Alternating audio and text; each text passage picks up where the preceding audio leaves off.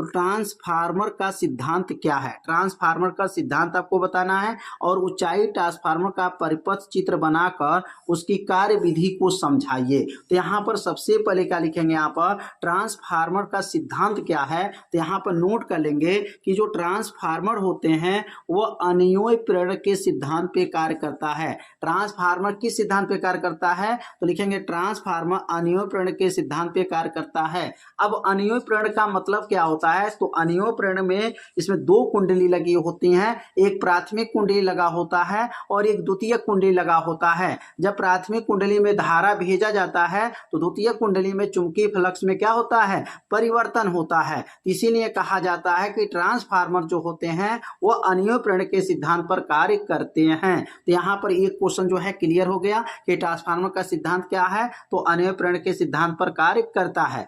अब यहाँ पर ऊंचाई ट्रांसफार्मर का परिपथ चित्र बनाना है और उसकी कार्यविधि को समझाना है। तो ऊंचाई ट्रांसफार्मर के बारे में पहले समझेंगे कि ऊंचाई ट्रांसफार्मर मतलब होता क्या है। तो ऊंचाई एक अपचाई ट्रांसफार्मर होता है। ट्रांसफार्मर कितने प्रकार के होते हैं, तो ट्रांसफार्मर दो प्रकार के होते हैं, एक ऊंचाई होता है, एक अपचाई होता है। तो ऊंचाई जो ट्रांसफार्मर होते हैं उसमें दो कुंडली लगा होता है, एक प्राथमिक कुंडली लगा होता है, एक द्वितीय कुंडली लगा होता है। जो प्राथमिक कुंडली होता है उसमें फेरों की जो संख्या है, यहाँ पर देखिए फेरों की संख्या बना हुआ है 1 2 3 4 4 बनाए आप, 1 2 3 4 5 6 7, बहुत ज्यादा फेरा है। तो इसमें फेरों की संख्या कम है और इसमें फेरों की संख्या क्या है, ज्यादा है। इसका अर्थ यह हुआ कि ऊंचाई जो ट्रांसफार्मर के जो प्राथमिक कुंडली होती हैं, तो प्राथमिक कुंडली में जो फेरों की जो संख्या होती हैं वह कम होती हैं। तो प्राथमिक कुंडली में फेरों की संख्या कम होती है और द्वितीय कुंडली में जो फेरों की संख्या क्या होती हैं, अधिक होती हैं। तो ऊंचाई ट्रांसफार्मर का ये चित्र आप लोगों को समझ में आ गया होगा कि इसमें बताया गया कि प्राथमिक कुंडली को निमेष बोला जाता है और द्वितीय कुंडली को निर्गत बोला जाता है।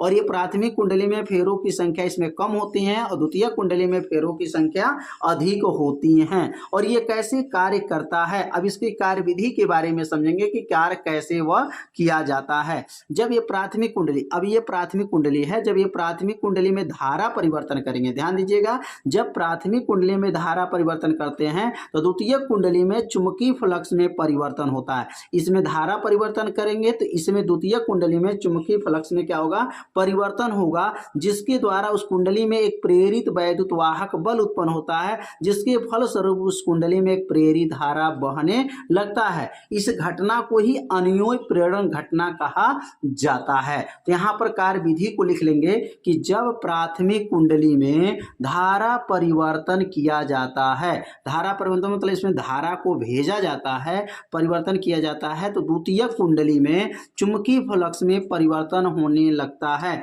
जिससे कुंडली में प्रेरित वैद्युत वाहक बल उत्पन्न हो जाता है। अब देखिए इसमें जब धारा परिवर्तन करेंगे तो इसमें चुंबकीय फ्लक्स में परिवर्तन हो जाता है, जिसके द्वारा जो है उस कुंडली में एक प्रेरित वैद्युत वाहक बल उत्पन्न होता है और जिसके फलस्वरूप उस कुंडली में एक प्रेरित धारा बहने लगती है। इस घटना को ही क्या कहते हैं, अनियोय प्रेरण कहा जाता है। तो ये कार्य विधि समझ में आ गया होगा कि यदि प्राथमिक कुंडली में प्रथम कुंडली में धारा को भेजा जाता है तो द्वितीय कुंडली में चुंबकीय फ्लक्स में परिवर्तन होता है, जिसके द्वारा उस कुंडली में प्रेरित वैद्युत वाहक बल उत्पन्न होता है और जिसके द्वारा उस कुंडली में जो है धारा बहने लगता है। इस घटना को क्या कहा जाता है, अनियोय प्रेरण कहा जाता है। तो कार्य विधि समझ में आ गया।